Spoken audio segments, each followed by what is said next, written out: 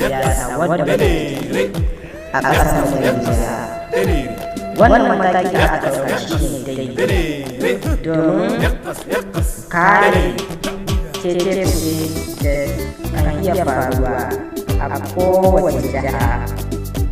Wannan rufe sadarwa da aka yi ya ka sauyi da dama domin da ba a rufe ba komai kan iya faruwa. Zai iya asarar rayuka a ƙasar Najeriya.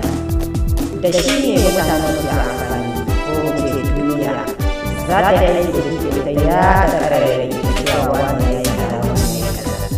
A yi ta haɗa abubuwa har a haɗa sirri.